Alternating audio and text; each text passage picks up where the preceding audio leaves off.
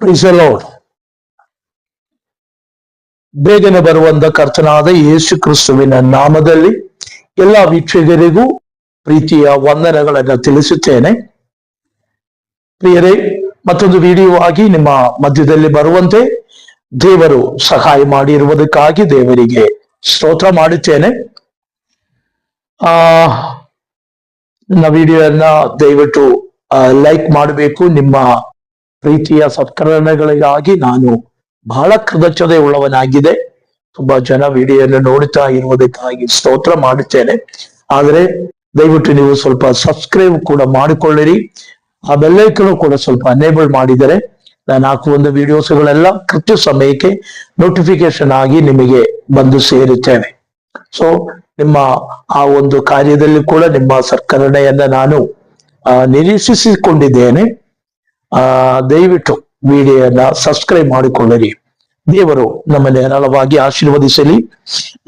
ನಾವು ಕಲ್ತಿರುವ ಒಂದು ವಿಷಯದ ಕಡೆಗೆ ನಮ್ಮ ಗಮನವನ್ನು ಕೊಡುವುದಕ್ಕೆ ಕರ್ತನಲ್ಲಿ ಬಯಸಿಕೊಳ್ಳುತ್ತೇನೆ. ನಾವು ಕಳೆದ ದಿವಸ ಚಿಂತಿಸಿರುವ ಒಂದು ವಿಷಯವಾಗಿದೆ ಅಪೊಸ್ತಲರುಗಳ ಉಪದೇಶ.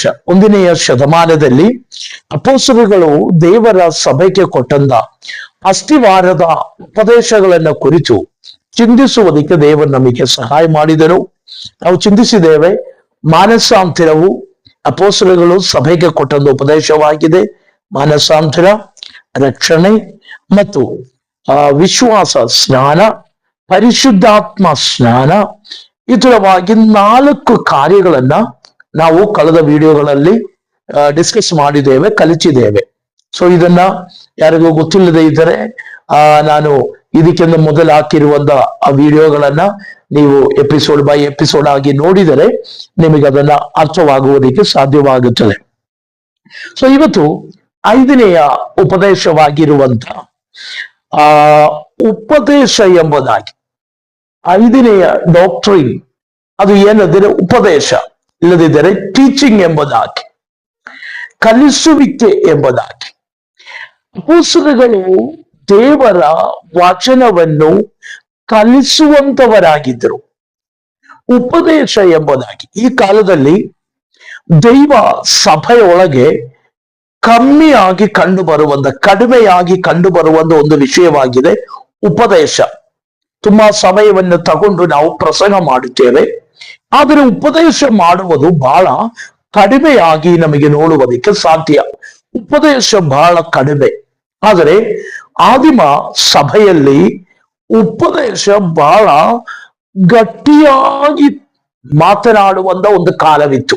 ಉಪದೇಶ ಅಷ್ಟು ಮಟ್ಟಿಗೆ ಪರ್ಫೆಕ್ಟ್ ಆಗಿ ಗಟ್ಟಿಯಾಗಿ ಉಪದೇಶವನ್ನು ಮಾತನಾಡುವುದನ್ನ ನಮಗೆ ಅಪೊಸ್ತಲರುಗಳ ಕಾಲವು ಅವರ ಕಲಿಸುವಿಕೆಗಳನ್ನು ನೋಡುವಾಗ ಗೊತ್ತಾಗುತ್ತದೆ. ಹಾಗಾದರೆ ನಾವು ಇವತ್ತು we are going to be learn about teaching. What is teaching? ಏನಾಗಿದೆ ಕಲಿಸುವಿಕೆ ಎಂಬುದಾಗಿ, ಇಲ್ಲ ಉಪದೇಶ ಅಂದರೆ ಏನು ಎಂಬುದಾಗಿ ಚಿಂತಿಸುವುದಕ್ಕೆ ನಾವು ಹೋಗುತ್ತಾ ಇದೆ. ಆದರೆ ಉಪದೇಶ ವಿಷಯಕ್ಕೆ ಬರುವುದಕ್ಕಿಂತ ಮುಂಚೆ ಉಪದೇಶಕನು ಯಾರು ಎಂಬುದಾಗಿ ಸ್ವಲ್ಪ ಅರಿತಿರುವುದು ಚೆನ್ನಾಗಿರುತ್ತದೆ ಎಂಬುದಾಗಿ ನಾನು ನಂಬುತ್ತೇನೆ. ಸೊ ಅದರಿಂದ ನಮಗೆ ಉಪದೇಶಕರ ವಿಷಯ ಬಗ್ಗೆ ಚಿಂತಿಸಿ ಉಪದೇಶಕ್ಕೆ ಬರೋಣ ಎಂಬುದಾಗಿ ನಾನು ಬಯಸುತ್ತೇನೆ. ಇದು ನಿಮಗೆ ತುಂಬಾ ಹೆಲ್ಪ್ಫುಲ್ ಆಗಿರುತ್ತದೆ, ಚೆನ್ನಾಗಿ ನಿಮಗೆ ಅರಿತುಕೊಳ್ಳುವುದಕ್ಕೆ ಸಾಧ್ಯ. ಎಲ್ಲ ದೇವ ಜನರು ಅರಿತಿರಬೇಕಾದ ವಿಷಯ ಉಪದೇಶ ಮಾಡುವಂತ ವ್ಯಕ್ತಿ ಹೇಗೆ ಎಂಬುದಾಗಿ. ಅದು ಕೂಡ ನಾವು ಗಮನಿಸಿ ಅವರ ಉಪದೇಶ ಏನೆಂದೇ ನಮಗೆ ಚಿಂತಿಸುವುದಕ್ಕೆ ದೇವರು ನಮಗೆ ಸಹಾಯ ಮಾಡಲಿ. ಎಫೆಸ ಬರೆದ ಪತ್ರಿಕೆ 4ನೇ ಅಧ್ಯಾಯ 11ನೆಯ ವಾಕ್ಯದಲ್ಲಿ 5 ವಿಧವಾದಂತ ಸೇವೆಯನ್ನು ಕುರಿತಾಗಿ ನಮಗೆ ನೋಡುವುದಕ್ಕೆ ಸಾಧ್ಯ. ಇಂಗ್ಲಿಷಿನಲ್ಲಿ ನಾವು ಹೇಳುವಾಗ 5-fold ಮಿನಿಸ್ಟ್ರಿ ಎಂಬುದಾಗಿ 5 ವಿಧವಾದಂತ ಸೇವೆ ಎಫೆಸ ಬರೆದ ಪತ್ರಿಕೆಯಲ್ಲಿ ನಮಗೆ ನೋಡುವುದಕ್ಕೆ ಸಾಧ್ಯ.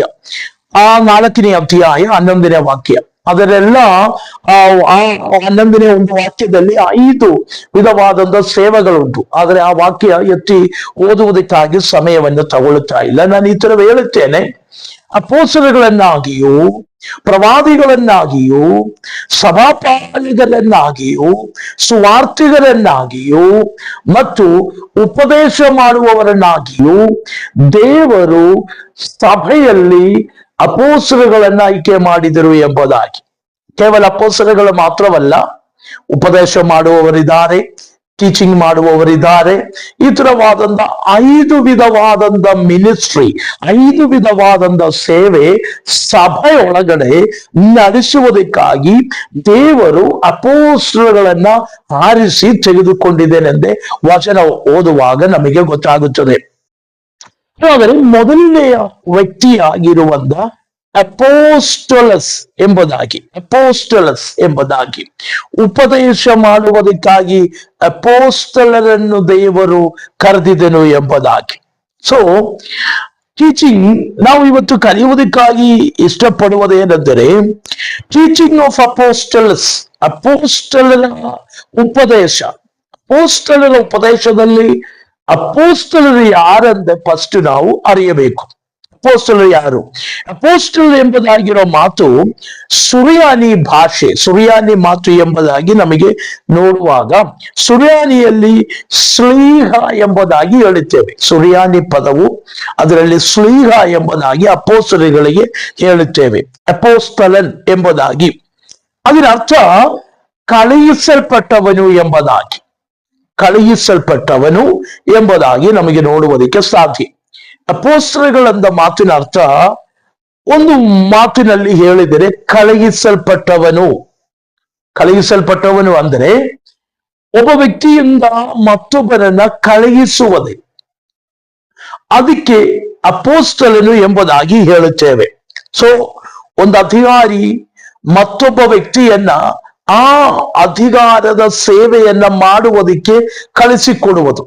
ನಾವು ಕರೆಕ್ಟ್ ಆಗಿ ನೋಡಿದರೆ ಡಿಸ್ಟ್ರಿಕ್ಟ್ ಕಲೆಕ್ಟರು ಅಸಿಸ್ಟೆಂಟ್ ಕಲೆಕ್ಟರ್ ಅನ್ನು ಆ ಕೆಲಸಕ್ಕೆ ಕಳಿಸಿಕೊಡುವ ಹಾಗೆ ಸರ್ವಶಕ್ತನಾದಂತ ದೇವರ ಕೆಲಸ, ದೇವರು ಡೈರೆಕ್ಟ್ ಆಗಿ ಮಾಡಬೇಕಾದಂತ ಕೆಲಸ, ದೇವರ ಆ ಕೆಲಸವನ್ನು ದೇವರು ಕೆಲವೊಂದು ವ್ಯಕ್ತಿಗಳನ್ನ ಆರಿಸಿಕೊಂಡು ಆ ವ್ಯಕ್ತಿಗೆ ದೇವರ ಕೆಲಸವನ್ನು ಮಾಡುವುದಕ್ಕೆ ಕಳುಹಿಸುತ್ತೇವೆ. ಇಂದ ಕಡೆಗೆ ಹೋಗಿರಿ. ಉದಾಹರಣೆ ಕೇಳಿದರೆ ಸುವಾರ್ತೆಯನ್ನು ಸಾರುವುದಕ್ಕಾಗಿ ದೇವರು ಆಯ್ಕೆ ಮಾಡಿ ತೆಗೆದುಕೊಂಡು ಕಳುಹಿಸಲ್ಪಡುವಂತ ವ್ಯಕ್ತಿಗಳು ಅಪೊಸ್ತಲರುಗಳು ಎಂಬುದಾಗಿ ಹೇಳುತ್ತೇವೆ. ಅಪೊಸ್ತಲರು ಎಂಬುದಾಗಿ 12 ಅಪೊಸ್ತಲರನ್ನ ಯೇಸು ತನ್ನ ಕಾಲದಲ್ಲಿ ಆರಿಸಿಕೊಂಡಿದ್ದರು. ನಾವು 12 ಶಿಷ್ಯರೆಂದು ಹೇಳುತ್ತೇವೆ, 12 ಅಪೊಸ್ತಲರುಗಳು ಎಂಬುದಾಗಿ ವಚನದಲ್ಲಿ ನಮಗೆ ನೋಡುವುದಕ್ಕೆ ಸಾಧ್ಯ. ಶಿಷ್ಯರಾಗಿದ್ದೇವೆ, ಅದೇ ಸೇಮ್ ಸಮಯ ಅವರ ಅಪೊಸ್ತಲರು ಕೂಡ ಆಗಿದೆ. ಯೇಸುವಿನ ಕಾಲ, ಯೇಸುವಿನ ಮರಣದವರೆಗೂ ಅವರು ಶಿಷ್ಯರಾಗಿತ್ತು. After the death of Jesus Christ, ಯೇಸು ಕ್ರಿಸ್ತುವಿನ ಮರಣಾನಂತರ ಈ ಶಿಷ್ಯರುಗಳು ಏನಾಗಿದೆ, ಅಪೊಸ್ತಲಗಳನ್ನಾಗಿ ಮಾರಿದರು. ಅವರು ಕ್ರಿಸ್ತನ ಸೇವೆ, ಕ್ರಿಸ್ತನ ವಾಕ್ಯ ಊರಿಗೆ ಪಟ್ಟಣಗಳಿಗೆ ಸಾರುವುದಕ್ಕಾಗಿ ಕಳುಹಿಸಲ್ಪಟ್ಟವರು. ಅದರಿಂದ ಅವರನ್ನ ಅಪೊಸ್ತಲರುಗಳು ಎಂಬುದಾಗಿ ಕರೆಯುತ್ತೇವೆ. ಒಂದು ರೀತಿಯಲ್ಲಿ ನಾವು ನೋಡಿದರೆ ಯೇಸು ಕ್ರಿಸ್ತನು ಕೂಡ ಅಪೊಸ್ತಲನೆಂಬುದಾಗಿ ವಚನ ನಮಗೆ ಹೇಳುತ್ತಾ ಇದೆ. ಇಬ್ರಿಯ ಬರೆದ ಪತ್ರಿಕೆ 3ನೇ ಅಧ್ಯಾಯ 1ನೇ ವಾಕ್ಯವು, ಯೋಹಾನ ಬರೆದ ಸುವಾರ್ತೆ 17ನೇ ಅಧ್ಯಾಯ 3ನೇ ವಾಕ್ಯ ಕೂಡ ನಾವು ಓದುವಾಗ ಯೇಸು ಕ್ರಿಸ್ತನು ಕೂಡ ಅಪೊಸ್ತಲನು ಎಂಬುದಾಗಿ ವಚನ ನಮಗೆ ತಿಳಿಸುತ್ತಾ ಇದೆ. ಯಾಕಂದ್ರೆ ತಂದೆಯಾದ ದೇವರ ಕೆಲಸ ಭೂಮಿಯಲ್ಲಿ ಮಾಡುವುದಕ್ಕಾಗಿ ದೇವರಿಂದ ಕಳುಹಿಸಲ್ಪಟ್ಟವನಾಗಿದೆ ಕರ್ತನಾದ ಯೇಸು ಕ್ರಿಸ್ತನು. ಅದರಿಂದ ಯೇಸುವಿನನ್ನು ಅಪೊಸ್ತಲನೆಂಬುದಾಗಿ ಹೇಳುವುದರಲ್ಲಿಯೂ ತಪ್ಪಿಲ್ಲ ಎಂಬುದಾಗಿ. ಆಮೇಲೆ ಸ್ತೋತ್ರ. ಹಾಗಾದರೆ ಅಪೊಸ್ತಲನೆಂಬ ಮಾತಿನ ಅರ್ಥ ಕಳುಹಿಸಲ್ಪಟ್ಟವನು. ಒಂದು ಸೇವೆಗೆ, ಒಂದು ಅವಶ್ಯಕತೆಗೆ ಅದು ಮಾಡಬೇಕಾದಂತ ವ್ಯಕ್ತಿ ಮತ್ತೊಬ್ಬ ವ್ಯಕ್ತಿಗೆ ಹೇಳಿ ಕಳಿಸುವುದಕ್ಕೆ ಆ ಕಳುಹಿಸಲ್ಪಡುವಂತ ವ್ಯಕ್ತಿಗೆ ಅಪೊಸ್ತಲನೆಂಬುದಾಗಿ ಹೇಳುತ್ತೇವೆ.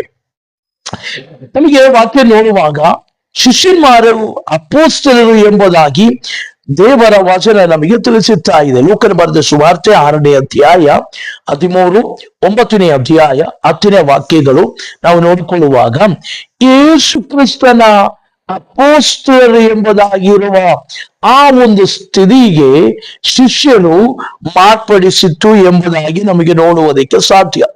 ಕ್ರಿಸ್ತನ ಅಪೊಸ್ತಲರ ಪಟ್ಟಕ್ಕೆ, ಆ ಒಂದು ಪದವಿಗೆ ಶಿಷ್ಯರು ಮಾರ್ಪಡಿಸಿತ್ತು ಅದರಿಂದ ಯೇಸುವಿನ 12 ಶಿಷ್ಯರನ್ನ ಕೂಡ ನಮಗೆ ಅಪೊಸ್ತಲರು ಎಂಬುದಾಗಿ ಕರೆಯಬಹುದು. ಪೇತ್ರನ ಅಪೊಸ್ತಲನಾಗಿದ್ದಾನೆ, ಯೋಹಾನನ ಅಪೊಸ್ತಲನಾಗಿದ್ದಾನೆ, ಯಾಕೋಬನ ಅಪೊಸ್ತಲನಾಗಿದ್ದಾನೆ. ಇವರೆಲ್ಲ ಅಪೊಸ್ತಲರ ಲಿಸ್ಟಿನಲ್ಲಿ ನಮಗೆ ನೋಡಿಕೊಳ್ಳುವುದಕ್ಕೆ ಸಾಧ್ಯ. 1 ಥೆಸಲೋನಿಕದವರಿಗೆ ಬರೆದ ಪತ್ರಿಕೆ 2ನೇ ಅಧ್ಯಾಯ 6ನೇ ವಾಕ್ಯದಲ್ಲಿ ಅಪೊಸ್ತಲನಾದ ಪೌಲನು ಅಪೊಸ್ತಲನಾಗಿ ಮಾರ್ಪಡಿಸಿತ್ತು ದೇವರವನನ್ನ ಅಪೊಸ್ತಲನಾಗಿ ಮಾರ್ಪಡಿಸಿತ್ತು. ಅಪೊಸ್ತಲನ ಮಿನಿಸ್ಟ್ರಿ ಆಗಿದೆ. ಸೇವೆ ಇಲ್ಲದೆ ಇರುವ ಜಾಗದಲ್ಲಿ ಸೇವೆಯನ್ನ ಪ್ರಾರಂಭ ಮಾಡುವುದಕ್ಕೆ, ಯೇಸುವಿನ ಶುಭವರ್ತಮಾನವನ್ನು ಕಳಿಸುವುದಕ್ಕೆ, ದೈವಿಕವಾದಂಥ ಕಾರ್ಯಗಳು ದೇವರಿಂದ ಹೊಂದಿಕೊಂಡು ಜನರಿಗೆ ತಿಳಿಸಿಕೊಡುವುದಕ್ಕಾಗಿ ಕಳುಹಿಸಲ್ಪಟ್ಟವರಾಗಿದ್ದೇವೆ ಅಪೊಸ್ತಲರು ಎಂಬುದಾಗಿ. ನಿಮಗೆ ಅಪೊಸ್ತಲ ಎಂಬುದಾಗಿರೋ ಮಾತಿನ ಅರ್ಥವು ಅದು ಏನು ಎಂಬುದಾಗಿಯೂ ನಿಮಗೆ ಅರ್ಥವಾಯಿತು. ಹಾಗಾದರೆ ದೇವರು ಆಯ್ಕೆ ಮಾಡಿ ದೇವರಿಂದ ಕಳುಹಿಸಲ್ಪಡುವವರು ಯಾರೋ ಅವರನ್ನ ಅಪೊಸ್ತಲರಿಂದ ಕರೆಯಬಹುದು. ಹಾಗಾದರೆ ಒಂದನೇದಾಗಿ ಅಪೊಸ್ತಲತ್ವವು ಅಂದ್ರೆ ಅಪೊಸ್ತಲನಾಗಿ ಇರುವುದಕ್ಕೆ ಯೋಗ್ಯತೆ ಏನು? ಸುಮ್ಮನೆ ಒಬ್ಬರಿಗೆ ಅಪೊಸ್ತಲನಾಗಿ ಇರುವುದಕ್ಕೆ ಸಾಧ್ಯವಿಲ್ಲ. ದೇವರಿಂದ ಕಳಿಸಲ್ಪಡಬೇಕಂದ್ರೆ ನಾವು ಮೊದಲೇ ಹೇಳಿದ್ದೇನೆ, ನನ್ನನ್ನು ದೇವರು ಕಳಿಸಿದ್ದೇನೆಂದೇ ಒಬ್ಬನು ಸುಮ್ಮನೆ ಹೇಳಿಕೊಂಡಾದ್ರೂ ಬರಬಹುದು. ಈ ಕಾಲದಲ್ಲಿ ಸುಳ್ಳು ಅಪೊಸ್ತಲಗಳನ್ನ ನಮಗೆ ನೋಡುವುದಕ್ಕೆ ಸಾಧ್ಯ. ಯಾರನ್ನು ದುಃಖಪಡಿಸುವುದಕ್ಕಾಗಿ ಹೇಳುತ್ತಾ ಇರುವುದಲ್ಲ, ಆದ್ರೆ ವಚನ ಕೂಡ ನಮಗೆ ಹಂಗೆ ಹೇಳುತ್ತಾ ಇದೆ, ಸುಳ್ಳು ಅಪೊಸ್ತಲಗಳು ಕೂಡ ಲೋಕಕ್ಕೆ ಹೊರಟಿತ್ತು ಎಂಬುದಾಗಿ. ಅಂತ ಒಂದು ಕಾಲಕ್ಕೆ ನಾವು ಬಂದಿದ್ದೇವೆ. ಹಾಗಾದರೆ ದೇವ ಜನ ಅರಿಯಬೇಕು, ಅಪೊಸ್ತಲ ಅಂದರೆ ಯಾರು, ಅವರ ಯೋಗ್ಯತೆಗಳೇನು, ಅವರ ಯೋಗ್ಯತೆಗಳು ಏನು ಎಂಬುದಾಗಿ ಅರ್ಥಕೊಂಡಿದರೆ ನಮಗೆ ಒಳ್ಳೆಯ ಅಪೊಸ್ತಲಗಳು ಯಾರು ಎಂಬುದಾಗಿಯೂ ಸುಳ್ಳು ಅಪೊಸ್ತಲಗಳು ಯಾರು ಎಂಬುದಾಗಿಯೂ ಕಂಡುಹಿಡಿಯುವುದಕ್ಕೆ ಸಾಧ್ಯವಾಗುತ್ತದೆ. ಹಾಗಾದರೆ ಅಪೊಸ್ತಲನಾಗಿ ಕರೆಯಲ್ಪಟ್ಟವನ ಯೋಗ್ಯತೆ, ಒಬ್ಬ ಅಪೊಸ್ತಲನಿದ್ರೆ ಆತನಿಗೆ ಇರಬೇಕಾದಂತ ಕೆಲವೊಂದು ಯೋಗ್ಯತೆಗಳು ವಚನದಲ್ಲಿ ನಮಗೆ ನೋಡಿಕೊಳ್ಳುವುದಕ್ಕೆ ಸಾಧ್ಯ. ಈ ಯೋಗ್ಯತೆಗಳು ಯಾರೆಲ್ಲಿದ್ದೇನೋ ಅವರನ್ನ ಏನ್ ಮಾಡಬಹುದು? ಅಪೊಸ್ತಲನೆಂದು ಕರೆಯಬಹುದು. ಈ ಯೋಗ್ಯತೆಗಳು ಏನು ಎಂಬುದಾಗಿ ವಿಶ್ವಾಸಿಗಳಾದಂತ ನಾವು ಕೂಡ, ಸೇವಕರಾದಂತ ನಾವು ಕೂಡ ಅರಿತುಕೊಳ್ಳಬೇಕು. ಹಾಗೆ ಅರಿತುಕೊಂಡಿದ್ರೆ ನಮಗೆ ಸುಳ್ಳಾದಂದವರನ್ನ ಕಂಡುಹಿಡಿಯುವುದಕ್ಕೆ ಸಾಧ್ಯ. ಆಮೇಲೆ ವಚನ ವಿರುದ್ಧವಾಗಿ ನಿಂತಿದವರನ್ನ ಕಂಡುಹಿಡಿಯುವುದಕ್ಕೆ ಸಾಧ್ಯವಾಗುವುದು. ಒಂದನೇದಾಗಿ ಅಪೊಸ್ತಲನ ಯೋಗ್ಯತೆ ಏನಂದರೆ, ಒಂದು ದೇವರಿಂದ ಅಂದ್ರೆ ಯೇಸು ಕ್ರಿಸ್ತನಿಂದ ಡೈರೆಕ್ಟ್ ಆಗಿ ಕೆಲಸಕ್ಕೆ ಕರೆಯಲ್ಪಟ್ಟವರಾಗಿರಬೇಕು. ದೇವರಿಂದ ಕ್ರಿಸ್ತ ಯೇಸುವಿನಿಂದ ಡೈರೆಕ್ಟ್ ಆಗಿ ಕೆಲಸಕ್ಕಾಗಿ ಅಪಾಯಿಂಟೆಡ್ ಆಗಿರುವಂತ ವ್ಯಕ್ತಿ ಆಗಿರಬೇಕು ಅಪೊಸ್ತಲನ್ ಎಂಬುದಾಗಿ. ಸೊ ಡೈರೆಕ್ಟ್ ಯೇಸು ಕ್ರಿಸ್ತನು ಕರೆದು ತನ್ನ ಸೇವೆಗೆ ಅಪಾಯಿಂಟ್ ಮಾಡುವಾಗ ಸೇವೆಯನ್ನ ಒಪ್ಪಿಸಿಕೊಡುವಂತವನು ಅಪೊಸ್ತಲನ್ ಎಂಬುದಾಗಿ ನಮಗೆ ನೋಡುವುದಕ್ಕೆ ಸಾಧ್ಯ.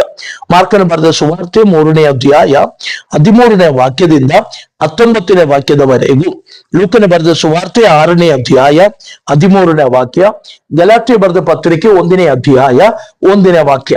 ಈ ವಾಕ್ಯಗಳನ್ನ ನಾವು ಓದುವಾಗ ನಮಗೆ ಗೊತ್ತಾಗುತ್ತದೆ, ದ ಕರೆಯುವಿಕೆ, ಕಾಲ್ ಫ್ರಮ್ ಗಾಡ್, ದೇವರಿಂದ ಡೈರೆಕ್ಟ್ ಕರೆಯುವಿಕೆ. ಆ ಕರೆಯುವಿಕೆ ಹೊಂದಿ ದೇವರ ಸೇವೆಗಾಗಿ ಸಮರ್ಪಿಸಲ್ಪಟ್ಟ ವ್ಯಕ್ತಿಯನ್ನ ನಮಗೆ ಅಪೊಸ್ತಲರು ಎಂಬುದಾಗಿ ಹೇಳುವುದಕ್ಕೆ ಸಾಧ್ಯ. ಆಮೇಲೆ ಅರ್ಥ ಆಯ್ತು ಎಂಬುದಾಗಿ ನಾನು ನಿಮಗೆ ತಿಳಿಸುತ್ತೇನೆ. ಹೆಚ್ಚಿನಾಗಿ ವಿವರಿಸುವುದಕ್ಕೆ ನಾನು ಇಷ್ಟಪಡ್ತಾ ಇಲ್ಲ, ಯಾಕಂದ್ರೆ ನಮ್ಮ ಸಮಯ ತುಂಬಾ ಹೋಗ್ಬಿಡುತ್ತೇವೆ. ಸೊ ಅದರಿಂದ ವಚನ ನಾನು ಹಂಗೆ ಹೇಳಿ ಆ ಟಾಪಿಕ್ ಮಾತ್ರ, ಆ ವಿಷಯ ಮಾತ್ರ ಹೇಳುತ್ತಾ ಮುಂದೆ ಹೋಗುವುದಕ್ಕೆ ನಾನು ಇಷ್ಟಪಡುತ್ತೇನೆ. ಸೊ ಅದರಿಂದ ಪ್ರಿಯ ದೇವಜನರೇ, ಅಪೊಸ್ತಲನಾಗುವುದಕ್ಕೆ ಯೋಗ್ಯತೆ ಏನೆಂದರೆ ದೇವರಿಂದ ನೇರವಾಗಿ ಕರೆಯುವಿಕೆಯನ್ನ ಹೊಂದಿದವನಾಗಬೇಕು. ನಾಗರಣಕ್ಕೆ ಅಪೊಸ್ತಲನಾದಂತ ಪೌಲನು ದೇವರುವಾಗಿರುವ ಡೈರೆಕ್ಟ್ ಕರೆಯುವಿಕೆ ಅವನು ಹೊಂದಿದನು.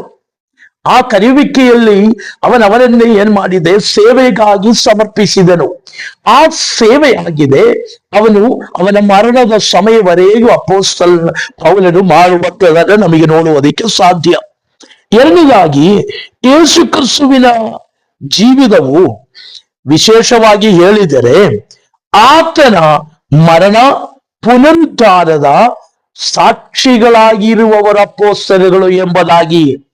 ಓಕೆ, ಯೇಸು ಕ್ರಿಸ್ತುವಿನ ಜೀವಿತವು, ಆತನ ಮರಣ, ಆತನ ಪುನರುದ್ಧಾನವನ್ನ ಡೈರೆಕ್ಟ್ ಸಾಕ್ಷಿಗಳಾಗಿರುವವರು ಅಪೊಸ್ತಲರು ಎಂಬುದಾಗಿ ಹೇಳುವುದಕ್ಕೆ ಸಾಧ್ಯ. ಸೊ ಹಾಗಾದರೆ ಅಪೊಸ್ತಲರು ಯಾರೆಂದರೆ ಅವರು ಯೇಸುವಿನ ಕಾಲದಲ್ಲಿ ಯೇಸುವಿನ ಜೊತೆ ನಿಂತಿದವರು, ಯೇಸುವಿನ ಸೇವೆಯನ್ನು ಅರಿತಿದವರು, ಅವನ ಮರಣ, ಅವನ ಉಳುವಿಕೆ, ಆತನ ಪುನರುತ್ಥಾನವನ್ನು ಡೈರೆಕ್ಟ್ ಆಗಿ ಕಂಡವರಾಗಿದೆ ಅಪೊಸ್ತಲರು ಎಂಬುದಾಗಿ. ಆತರವಾಗಿ ಆಯ್ಕೆ ಮಾಡಿದವರು, ಆತರವಾಗಿ ಕರೆಯಲ್ಪಟ್ಟವರು ಎಂಬುದಾಗಿ.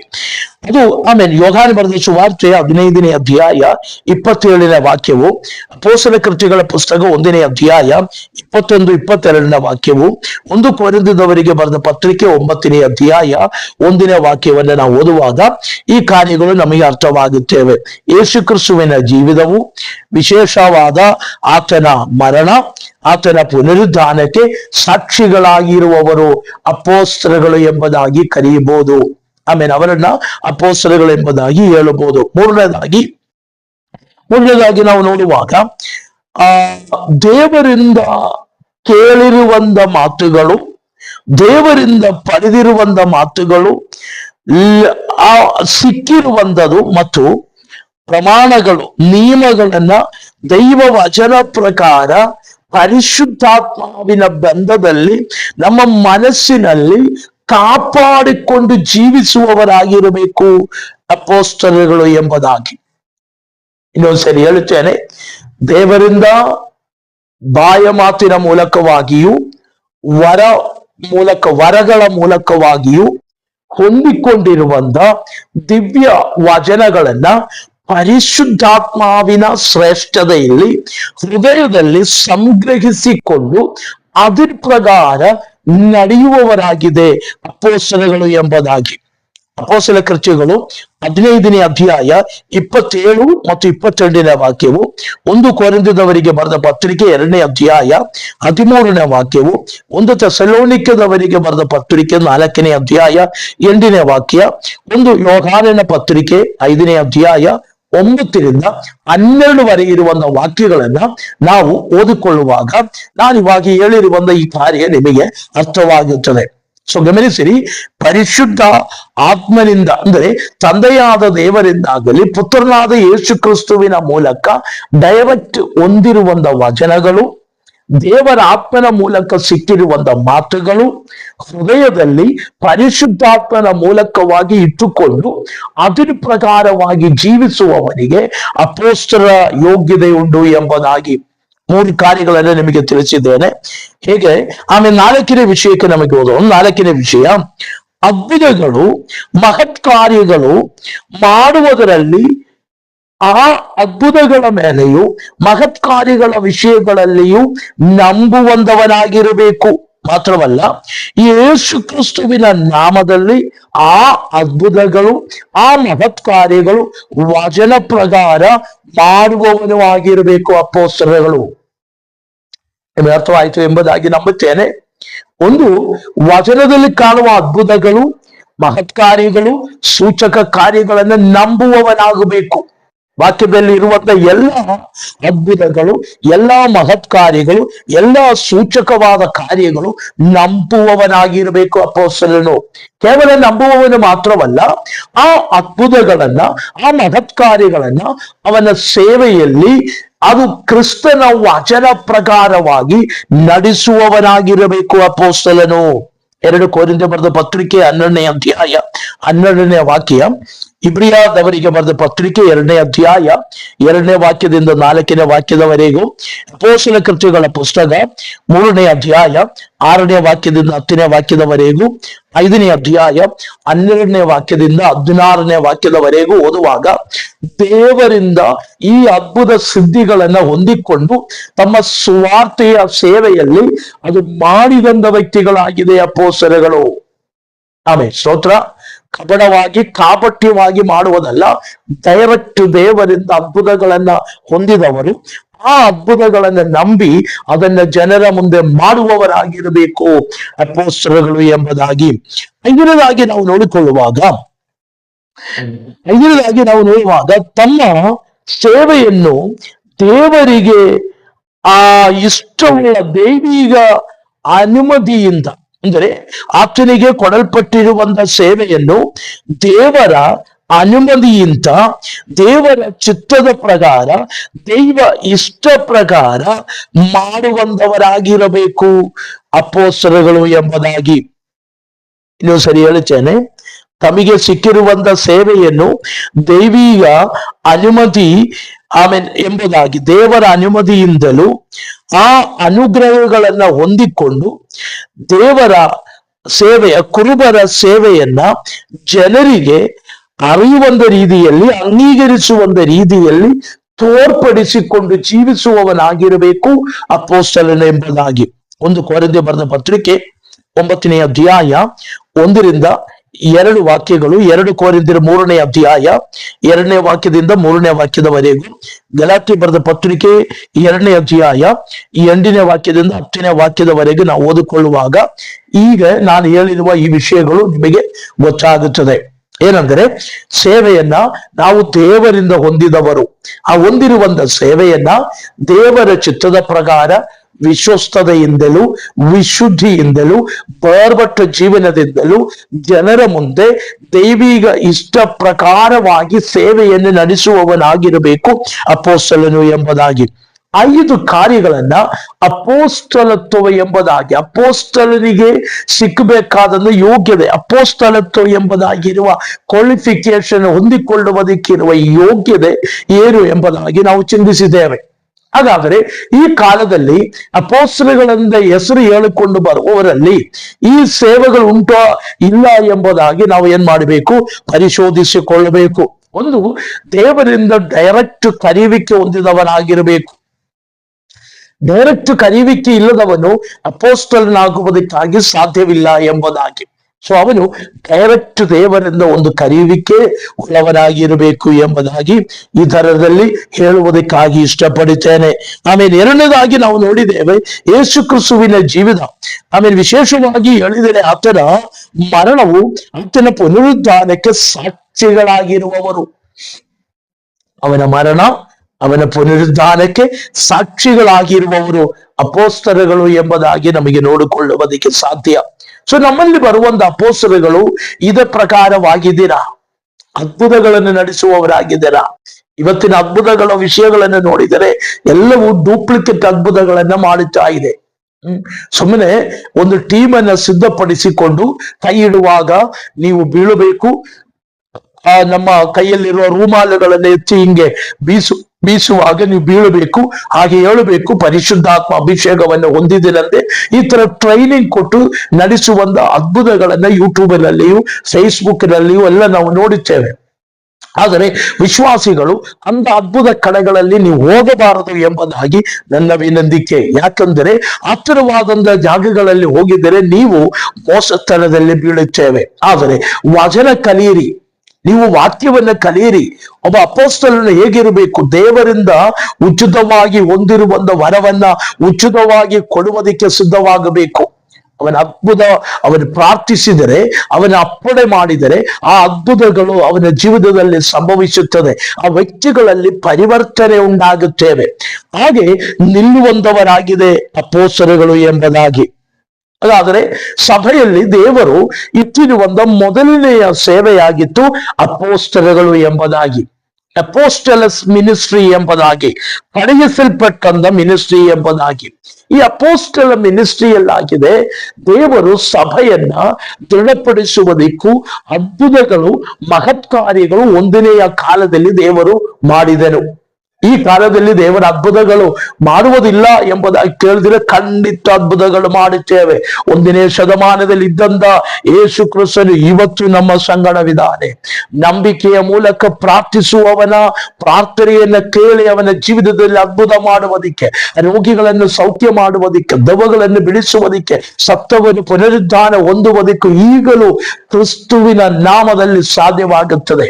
ಆದರೆ ಅದನ್ನು ನಡೆಸುವುದಕ್ಕಾಗಿ ಅದಕ್ಕಾಗಿ ಕರೆಯಲ್ಪಟ್ಟವರು ಅದನ್ನು ಮಾಡುವಾಗ ಹಾಗೆಯೇ ಅದ್ಭುತಗಳು ಉಂಟಾಗುತ್ತೇವೆ. ಸೊ ಎಲ್ಲರಿಗೂ ಈ ವರ ಉಂಟು ಎಂಬುದಾಗಿ ನಾನು ಹೇಳುತ್ತಾ ಇಲ್ಲ, ಆದರೆ ಈ ವರಗಳು ಉಳ್ಳವರು ಕೂಡ ಇವತ್ತು ಲೋಕದಲ್ಲಿ ನಮಗೆ ನೋಡುವುದಕ್ಕೆ ಸಾಧ್ಯ. ಸೊ ಗಮನಿಸೋಣ. ಫಸ್ಟ್ ದೇವರು ತನ್ನ ಸಭೆಗೆ ಕೊಟ್ಟಂತ ಆ ಅಸ್ಥಿವಾರ ಉಪದೇಶಗಳಲ್ಲಿ ಆಮೇಲೆ 5ನೇ ಉಪದೇಶವಾದಂತ ಟೀಚಿಂಗ್ ಎಂಬುದಾಗಿರುವುದು ಹೇಳುವುದಕ್ಕೆ, ಮಾಡುವುದಕ್ಕೆ ದೇವರು ಸಭೆಯಲ್ಲಿ ಅಪೊಸ್ತಲಗಳನ್ನ ನೇಮಿಸಿದರು. ಸಭೆಯಲ್ಲಿ 5 ವಿಧವಾದಂತ ಮಿನಿಸ್ಟ್ರಿ, 5 ಫೋಲ್ಡ್ ಮಿನಿಸ್ಟ್ರಿ ಸಭೆಯಲ್ಲಿತ್ತು. ಅದರಲ್ಲಿ ಮೊದಲನೆಯ ಮಿನಿಸ್ಟ್ರಿ ಆಗಿದೆ ಅಪೊಸ್ತಲತ್ವ ಎಂಬುದಾಗಿ, ಅಪೊಸ್ತಲ ಮಿನಿಸ್ಟ್ರಿ, ದ ಅಪೊಸ್ಟಲಿಕಲ್ ಮಿನಿಸ್ಟ್ರಿ ಎಂಬುದಾಗಿ. ಆ ವಿಷಯವನ್ನ ನಿಮಗೆ ಅರ್ಥವಾಯಿತು ಎಂಬುದಾಗಿ ನಂಬುತ್ತೇನೆ. ಎರಡನೇ ವಿಷಯವಾಗಿದೆ ಟೀಚರ್ಸ್, ಉಪದೇಶ ಮಾಡುವವರು ಎಂಬುದಾಗಿ. ಎರಡನೇ ವಿಷಯವಾಗಿದೆ ಟೀಚರ್ಸ್ ಎಂಬುದಾಗಿ, ಟೀಚಿಂಗ್ ಮಾಡುವವರು. ಸಭೆಯೊಳಗಡೆ ಅಪೊಸ್ತಲಗಳಿತ್ತು, ಆಮೇಲೆ ದೇವರು ಉಪದೇಶ ಮಾಡುವವರನ್ನ ಕೂಡ ದೇವರು ಸಭೆಯೊಳಗಡೆ ಇಟ್ಟಿದರು ಎಂಬುದಾಗಿ. ಅವರ ಕೆಲಸ ಟೀಚಿಂಗ್ ಮಾಡುವುದು ಎಂಬುದಾಗಿ. ವಚನ ಕೃತ್ಯವಾಗಿ ಕಲಿಸುವಂತ ಒಂದು ಮಿನಿಸ್ಟ್ರಿಗಾಗಿ ಅವರನ್ನ ದೇವರಾಯ್ಕೆ ಮಾಡಿದರು. 1 ತಿಮೊಥೆಯೋಸನ ಪತ್ರಿಕೆ 5ನೇ ಅಧ್ಯಾಯ 17ನೇ ವಾಕ್ಯವು, ಇಬ್ರಿಯ ಬರೆದ ಪತ್ರಿಕೆ 13ನೇ ಅಧ್ಯಾಯ 7ನೇ ವಾಕ್ಯವು, 2 ತಿಮೊಥೆಯೋಸನ ಪತ್ರಿಕೆ, 2 ತಿಮೋತಿನ ಪತ್ರಿಕೆ 2ನೇ ಅಧ್ಯಾಯ 2ನೇ ವಾಕ್ಯಗಳನ್ನು ಕೂಡ ನಾವು ಓದುವಾಗ ನಮಗೆ ಈ ವಿಷಯಗಳು ಖಂಡಿತವಾಗಿಯೂ ಗೊತ್ತಾಗುತ್ತದೆ. ಆಮೇಲೆ ಸ್ತೋತ್ರ. ಸಮಯವು ಮುಂದಕ್ಕೆ ಹಿಂಗೆ ಓಡುತ್ತಾ ಇರುವುದರಿಂದ ನಾನು ಈ ಭಾಗಗಳನ್ನ ಜಸ್ಟ್ ಹಂಗೆ ಹೇಳಿ ಅದನ್ನ ಮುಂದುವರಿಸುವುದಕ್ಕಾಗಿ ಇಷ್ಟಪಡುತ್ತೇನೆ. ಹಾಗಾದರೆ ಆಮೇಲೆ ಸೇವೆಯಲ್ಲಿ ನಮಗೆ ನೋಡುವುದಕ್ಕೆ ಸಾಧ್ಯ ಉಪದೇಶ ಮಾಡುವವರು. ಉಪದೇಶ ಮಾಡುವವರನ್ನ ಇಂಗ್ಲಿಷ್ನಲ್ಲಿ ಡೀಕನ್ ಎಂಬುದಾಗಿ ನಾವು ಹೇಳುತ್ತೇವೆ. ಗ್ರೀಕ್ ಮಾತಿನಲ್ಲಿ ಡೀಕನ್ ಎಂಬುದಾಗಿರುವಂತ ಮಾತಿಗೆ ಡಿಕನ್ ಎಂಬುದಾಗಿ, ಇದು ಇಂಗ್ಲಿಷ್ ಮಾತಿಗೆ ಬರುವಾಗ ಮಿನಿಸ್ಟರ್ ಎಂಬುದಾಗಿ ಹೇಳುತ್ತೇವೆ, ಸರ್ವನ್ ಎಂಬುದಾಗಿ ಹೇಳುತ್ತೇವೆ. ಫಿಲಿಪಿಯ ಬರೆದ ಪತ್ರಿಕೆ 1ನೇ ಅಧ್ಯಾಯ 1ನೇ ವಾಕ್ಯವು, 1 ತಿಮೊಥೆಯೋಸನ ಬರೆದ ಪತ್ರಿಕೆ 3ನೇ ಅಧ್ಯಾಯ 8ನೇ ವಾಕ್ಯವು, 10ನೇ ವಾಕ್ಯವು, 11ನೇ ವಾಕ್ಯವು. ಸೊ ಅಪೊಸ್ತಲ ಕೃತ್ಯಗಳ ಪುಸ್ತಕವು 6ನೇ ಅಧ್ಯಾಯದಲ್ಲಿ ನಾವು ನೋಡುವಾಗ, ಅಪೊಸ್ತಲ ಕೃತ್ಯಗಳ ಪುಸ್ತಕ 6ನೇ ಅಧ್ಯಾಯದಲ್ಲಿ ಹೇಳಲ್ಪಡುವಂತ ರೀತಿಯಲ್ಲಿ 7 ಡೀಕನ್ಸ್ಗಳನ್ನ, 7 ಉಪದೇಶ ಮಾಡುವವರನ್ನ ನಮಗೆ ಅಲ್ಲಿ ನೋಡುವುದಕ್ಕೆ ಸಾಧ್ಯ. ಸೊ ಸಭೆಯಲ್ಲಿ ಸಭೆಗೆ ಆವಿಷ್ಕತೆಯಾದಂತ 7 ಉಪದೇಶಗಳನ್ನ 6ನೇ ಅಧ್ಯಾಯದಲ್ಲಿ ನಮಗೆ ನೋಡುವುದಕ್ಕೆ ಸಾಧ್ಯ. ರೋಮಾಪುರದವರಿಗೆ ಬರೆದ ಪತ್ರಿಕೆ 12ನೇ ಅಧ್ಯಾಯ 7ನೇ ವಾಕ್ಯ ಕೂಡ ಅದರ ಜೊತೆಯಲ್ಲಿ ಓದುವಾಗ ನಮಗೆ ಗೊತ್ತಾಗುತ್ತದೆ. ಆಮೇಲೆ ಯೋಗ್ಯತೆಗಳೇನಾಗಿದೆ, ಡೀಕನ್ಸ್ ಉಪದೇಶ ಮಾಡುವವರ ಯೋಗ್ಯತೆ ಏನಾಗಿದೆ, ಉಪದೇಶಕರ ಯೋಗ್ಯತೆ ಏನಾಗಿದೆ, ಒಬ್ಬ ಶುಶ್ರೂಷಕ ಅಂದರೆ ಸೇವೆಯನ್ನು ನಡೆಸುವುದಕ್ಕೆ ಕರೆಯಲ್ಪಟ್ಟಿರುವಂತ ವ್ಯಕ್ತಿ, ಆಮೇಲೆ ಅವನ ಯೋಗ್ಯತೆಗಳ ಅಪೊಸ್ತಲನಾದಂತ ಪೌಲನು ತನ್ನ ಪತ್ರಿಕೆಯಲ್ಲಿ ಬರೆಯುತ್ತಾ ಇದೆ. ಉಪದೇಶ ಮಾಡುವವನ ಯೋಗ್ಯತೆ ಏನಾಗಿದೆ ಎಂಬುದಾಗಿ 1 ತಿಮೊಥೆಯೋಸನ ಪತ್ರಿಕೆ 3ನೇ ಅಧ್ಯಾಯ 8ರಿಂದ 13 ವಾಕ್ಯಗಳನ್ನು ಓದುವಾಗ 8 ವಿಧವಾದಂತ ಗುಣಗಳು ಉಪದೇಶ ಮಾಡುವವರಲ್ಲಿ ಇರಬೇಕು. ಉಪದೇಶ ಮಾಡುವುದು. ಇವತ್ತು ಸಭೆಯೊಳಗಡೆ ಉಪದೇಶ ಮಾಡುವವರು ನಮಗೆ ಬಹಳ ಕಡಿಮೆಯಾಗಿ ಕಾಣುತ್ತದೆ. ಉಪದೇಶವೆಂದರೆ ಏನೆಂದು ಗೊತ್ತಾ? ನಡೆಯಬೇಕಾದಂತ ಮಾರ್ಗವನ್ನ ಹೇಳಿಕೊಡುವವನು, ನಡೆಯಬೇಕಾದಂತ ಮಾರ್ಗ ಹೇಳಿಕೊಡುವವನು ಎಂಬುದಾಗಿ.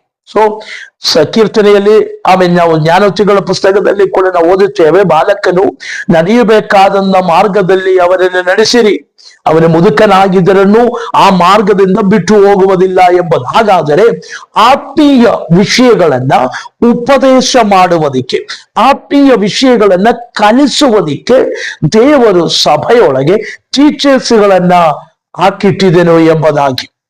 ಟೀಚರು, ಸಭೆಯ ಡೀಕನ್ಸ್ ಅವರ ಕೆಲಸ ಉಪದೇಶ ಮಾಡುವಂತ ಕೆಲಸವಾಗಿದೆ, ಉಪದೇಶ ಮಾಡುವಂತ ಕೆಲಸವಾಗಿದೆ ಎಂಬುದಾಗಿ.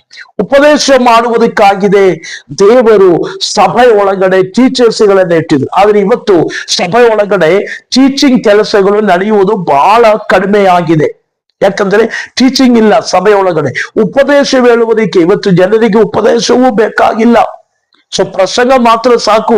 ಪ್ರಸಂಗ ಅಂದರೆ ಪ್ರಾಸ್ಪರಿಟಿ ಥಿಯಾಲಜಿ, ಅಭಿವೃದ್ಧಿಯ ಸೇವೆ, ಅಭಿವೃದ್ಧಿಯ ಪ್ರಸಂಗ, ಅಭಿವೃದ್ಧಿಯ ಮಾತುಗಳನ್ನು ಹೇಳಿದರೆ ಸಾಕು, ಅದು ಕೇಳುವುದಕ್ಕೆ ಜನರಿರುತ್ತೆ. ಆದರೆ ಉಪದೇಶ ಹಾಗಲ್ಲ. ಉಪದೇಶವು ದೈವಿಕ ಮಾರ್ಗವು ಹೇಗೆ, ಆಮೇಲೆ ಆ ಮಾರ್ಗದಲ್ಲಿ ನಡೆಯುವುದಕ್ಕೆ ಸಾಧ್ಯ, ಯಾವ ಮಾರ್ಗದಲ್ಲಿ ನಾವು ನಡೆಯಬೇಕು ಎಂಬುದಾಗಿ ನಮಗೆ ತಿಳಿಸಿಕೊಡುವುದಾಗಿದೆ ಉಪದೇಶ. ಇವತ್ತು ಸಭೆ ಒಳಗಡೆ ಉಪದೇಶವಿಲ್ಲದೆ ಇರುವುದರಿಂದ ವಿಶ್ವಾಸಿಗಳು ಯಾವ ಮಾರ್ಗಗಳಲ್ಲಿಯೂ ಸಂಚರಿಸುತ್ತಾ ಇದೆ. ಆಮೇಲೆ ಹಾಗಾದ್ರೆ ನಮಗೆ ನೋಡಿಕೊಳ್ಳೋಣ. ಒಂದನೇದಾಗಿ ಉಪದೇಶಕರು ಅಂದರೆ ಏನಂದರೆ ಅವರು ಆಮೇಲೆ ಸ್ತೋತ್ರ ಘನವಂತರಾಗಿರಬೇಕು. ತಿಮೊಥೆಯೋಸನ ಪತ್ರಿಕೆ 1ನೇ ಅಧ್ಯಾಯ, ಅದರ 1 ತಿಮೊಥೆಯೋಸನ ಪತ್ರಿಕೆ 1ನೇ ಅಧ್ಯಾಯ 8ನೇ ವಾಕ್ಯವನ್ನ ನಾವು ಓದುವಾಗ ಇಲ್ಲಿ ನಾವು ನೋಡುತ್ತೇವೆ, ಅವರು ಧನವಂತರಾಗಿರಬೇಕು, ಗೌರವ ಉಳ್ಳವರಾಗಿರಬೇಕು ಎಂಬುದಾಗಿ. ಆಮೇಲೆ ಸ್ತೋತ್ರ ಅವರು ವರ್ತಿ ಆಫ್ ಟ್ರಸ್ಟ್ ಎಂಬುದಾಗಿ, ಅಂದರೆ ಗೌರವ ಉಳ್ಳವರಾಗಿರಬೇಕು ಎಂಬುದಾಗಿ ನಮಗೆ ಅಲ್ಲಿ ನೋಡುವುದಕ್ಕೆ ಸಾಧ್ಯ. ಉಪದೇಶ ಮಾಡುವವನು ಸಭಾ ಮಧ್ಯದಲ್ಲಿಯೂ ವಿಶ್ವಾಸಿಗಳ ಮಧ್ಯದಲ್ಲಿಯೂ ಗೌರವ ಉಳ್ಳವರಾಗಿರಬೇಕು ಎಂಬುದಾಗಿ. ಎರಡದಾಗಿ ನಾವು ನೋಡುವಾಗ ಅವರ ವಿಷಯದಲ್ಲಿ ಅವರು ಈ ತರವಾಗಿ ಅವರ ವಿಷಯಗಳಲ್ಲಿ 2 ಮಾತುಗಳುಳ್ಳವರಾಗಬಾರದು. 2 ಮಾತುಗಳುಳ್ಳವರಾಗಬಾರದು. ಒಂದು ಮಾತು ಹಂಗೆಯೂ ಒಂದು ಮಾತು ಹಿಂಗೆಯೂ ಆ ತರ ಉಳ್ಳವರಾಗಬಾರದು. ಸ್ಟ್ರೈಟ್ ಫಾರ್ವರ್ಡ್ ಆಗಿರಬೇಕು ಎಂಬುದು. ಯಾವಾಗಲೂ ಒಂದೇ ಮಾತುಳ್ಳವರಾಗಿರ್ಬೇಕು, 2 ಮಾತುಗಳು ಉಳ್ಳವರಾಗಬಾರದು ಎಂಬುದಾಗಿ. ನೋಟ್ ಡಬಲ್ ಟಂಕ್ ಉಳ್ಳವರಾಗಿರಬಾರದು. ಅಂದರೆ 2 ರೀತಿಗಳಲ್ಲಿ ಮಾತನಾಡುವುದು. ಸಭೆಯಲ್ಲಿ ಬರುವಾಗ ಒಂದು ರೀತಿ, ಅನ್ಯ ಜನಾಂಗಗಳ ಮಧ್ಯದಲ್ಲಿ ಹೊರಗಡೆ ಹೋಗುವಾಗ ಬೇರೊಂದು ರೀತಿ.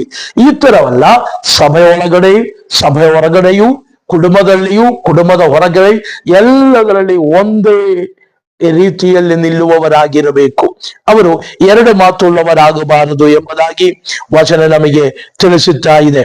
3ನೇದಾಗಿ ಅವರು ಮದ್ಯಾಸಕ್ತಿ ಉಳ್ಳವರಾಗಬಾರದು. ಅಂದರೆ ಸಾರಾಯವನ್ನು ಕುಡಿಯುವುದಾಗಲಿ ಮತ್ತು ಇದರವಾದಂತ ಕೆಟ್ಟ ಅಭ್ಯಾಸಗಳನ್ನ ನಡೆಸುವವರಾಗಬಾರದು ಎಂಬುದಾಗಿ ವಚನ. ಅದೇ ತಿಮೊಥೆಯೋಸನ ಪತ್ರಿಕೆ 3ನೇ ಅಧ್ಯಾಯ 8ರಿಂದ 13 ಇರುವಂತಹ ವಾಕ್ಯಗಳಲ್ಲಿ 8 ವಿಧವಾದಂತ ಗುಣಗಳನ್ನು ನಾವು ನೋಡುತ್ತೇವೆ. ಅದನ್ನು ನಾವು ಚಿಂತಿಸುತ್ತಾ ಇರಬೇಕು. ಮದ್ಯಾಸಕ್ತಿ ಉಳ್ಳವರಾಗಬಾರದು. ನಾನು ಇದೊಂದು ವಿವರಿಸುವುದಕ್ಕೆ ಇಷ್ಟಪಡುತ್ತಾ ಇಲ್ಲ. ಸಾರಾಯವನ್ನು ಕುಡಿಯದಂತೆ ಕೆಟ್ಟ ಯಾವ ಅಭ್ಯಾಸಗಳು ಉಳ್ಳವರಾಗಬಾರದು ಎಂಬುದಾಗಿ. 4ನೇದಾಗಿ ಹೇಳುತ್ತಾ ಇದೆ, ಅವರು ದುರ್ಭೋಗಿಗಳಾಗಬಾರದು ಎಂಬುದಾಗಿ. ಮೀನ್ಸ್ ಅವ್ರು ಏನಾಗಬಾರದು, ಆಸೆ ಪಡುವವರಾಗುವ, ಅತಿ ಆಸೆ ಉಳ್ಳವರಾಗಬಾರದು ಎಂಬುದಾಗಿ ವಾಕ್ಯ ಹೇಳುತ್ತಾ ಇದೆ. ಅತ್ಯಾಸೆ ಉಳ್ಳವರಾಗಬಾರದು ಎಂಬುದಾಗಿ. 5ನೇದಾಗಿ ವಿಶ್ವಾಸದ ಮರ್ಮವು ಶುದ್ಧ ಮನಸ್ಸಾಕ್ಷಿಯಲ್ಲಿ ಇಟ್ಟುಕೊಳ್ಳುವವರಾಗಬೇಕು. ಅಂದರೆ ವಿಶ್ವಾಸದ ಗೂಢಾರ್ಥವು, ನಂಬಿಕೆಯ ಗೂಢಾರ್ಥವು, ವಿಶ್ವಾಸದ ಜೀವನದ ಆ ಮಹಾತ್ಮ್ಯವು ಅವರ ಶುದ್ಧವಾದಂತ ಹೃದಯದಲ್ಲಿ ಇಟ್ಟುಕೊಂಡು ಜೀವಿಸುವವರಾಗಿರಬೇಕು ಎಂಬುದಾಗಿ. 6ನೇದಾಗಿ ಅವರು ಪರಿಶೋಧಿಸಲ್ಪಟ್ಟವರಾಗಿರಬೇಕು. ಪರಿಶೋಧಿಸಲ್ಪಟ್ಟವರಾಗಿ ಶೋಧನೆಗಳಿಂದ ಹೊರಗೆ ಬಂದವರಾಗಿರಬೇಕು ಅಂದರೆ ಈ ಲೋಕದ ಎಲ್ಲಾ ವಿಧಗಳಲ್ಲಿ ಪರಿಶೋಧಿಸಲ್ಪಟ್ಟು ಆ ಪರಿಶೋಧನೆಗಳಲ್ಲಿ ಪಾಸ್ ಆಗಿದವರು, ಜಯಿಸಿದವರಾಗಿರಬೇಕು ಎಂಬುದಾಗಿ ಹತ್ತನೇ ವಾಕ್ಯ ನಮಗೆ ಹೇಳುತ್ತಾ ಇದೆ. ಎಲ್ಲ ಶೋಧನೆಗಳು, ಕೆಲವೊಂದು ಸೇವಕರು ಶೋಧನೆಗಳಲ್ಲಿ ಬಿದ್ದು ಹೋಗುತ್ತದೆ. ಹಣದ ಆಸೆಯಲ್ಲಿ ಬಿದ್ದು ಹೋಗುವವರು, ಮಣ್ಣಿನ ಆಸೆಯಲ್ಲಿ ಬಿದ್ದು ಹೋಗುವವರು, ಹೆಣ್ಣಿನ ಆಸೆಗಳಲ್ಲಿ ಬಿದ್ದು ಹೋಗುವರು. ಈ ತರ ವಿವಿಧ ಪರಿಶೋಧನೆಗಳು ಸೈತಾನಿನ ಮೂಲಕವಾಗಿ ಬರುವಾಗ ಆ ಶೋಧನೆಗಳಲ್ಲಿ ಬಿದ್ದು ಹೋಗಿದವರು ಉಪದೇಶ ಮಾಡುವುದಕ್ಕೆ ಯೋಗ್ಯರಲ್ಲ ಎಂಬುದಾಗಿ ವಚನ ನಮಗೆ ತಿಳಿಸುತ್ತಾ ಇದೆ. ಏಳನೇದಾಗಿ, ಏಕ ಪತ್ನಿಯ ಮೂಲಕ ಕುಟುಂಬ ನಡೆಸುವವರಾಗಿರಬೇಕು. ಏಕ ಪತ್ನಿ ಇರಬೇಕು ಎಂಬುದಾಗಿ. 2-3 ಮದುವೆಗಳುಳ್ಳವರು ಸಭಾ ಉಪದೇಶಕರನ್ನಾಗಿರುವುದಕ್ಕೆ ವಚನದಲ್ಲಿ ವ್ಯವಸ್ಥೆ ಇಲ್ಲ ಎಂಬುದಾಗಿ. ಆ ತರ ಇರುವವರು ಸಭೆ ಒಳಗಡೆ ಸೇವೆ ಮಾಡುವುದಕ್ಕೂ ಅವರು ಯೋಗ್ಯರಲ್ಲ ಎಂಬುದಾಗಿ. ಅದರಿಂದ ಒಂದು ಹೆಂಡತಿ, ಏಕ ಕುಟುಂಬ, ಮಕ್ಕಳೊಟ್ಟಿಗೆ ಸಾಕ್ಷಿ ಉಳ್ಳವರಾಗಿ ಜೀವಿಸುವವನು ಉಪದೇಶ ಮಾಡುವುದಕ್ಕೆ ಯೋಗ್ಯನಾಗಿದ್ದಾನೆ. ಅವರ ಮಾತುಗಳನ್ನ ನಾವು ಕೇಳಬೇಕು ಎಂಬುದಾಗಿ. 8ನೇದಾಗಿ, ಕುಟುಂಬವನ್ನು ಚೆನ್ನಾಗಿ ಆಡಳಿತ ಮಾಡುವುದಕ್ಕೆ ಅರಿಯುವವನಾಗಿರಬೇಕು. ಮಕ್ಕಳನ್ನ ಪೂರ್ಣ ಗೌರವದಿಂದ ಬೆಳೆಸುವವನಾಗಿರಬೇಕು, ಉಪದೇಶ ಮಾಡುವವನು. ಆಮೇಲೆ ಸ್ತೋತ್ರ. ಕುಟುಂಬವನ್ನ, ಹೆಂಡತಿಯನ್ನ, ಮಕ್ಕಳನ್ನ ಚೆನ್ನಾಗಿ ಬೆಳೆಸುವವನು, ಕುಟುಂಬವನ್ನು ಆಡಳಿತ ಮಾಡುವವನಾಗಿರಬೇಕು. ದೇವ ಸಭೆಯ ಉಪದೇಶವನ್ನು ಮಾಡುವುದಕ್ಕೆ ನಿಂತ್ಕೊಳ್ಳಬೇಕಾಗಿರುವವನು.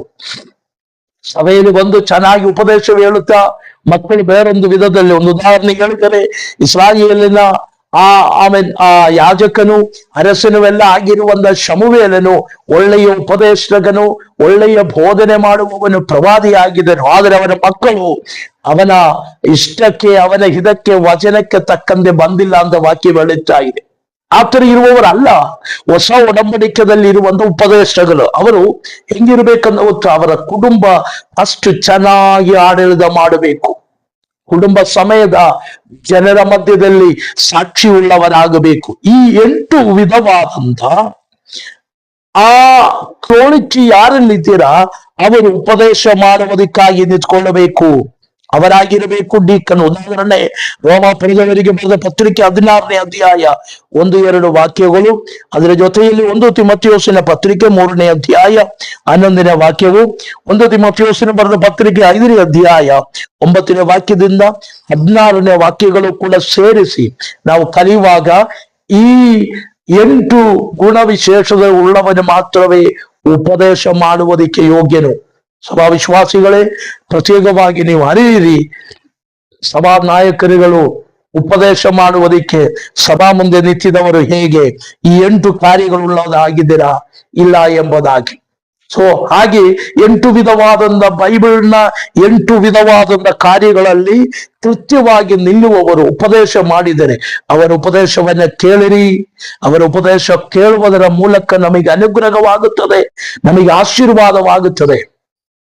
ಸಮಯ ಬಹಳ ಮುಂದಕ್ಕೆ ಹೋಗಿದೆ.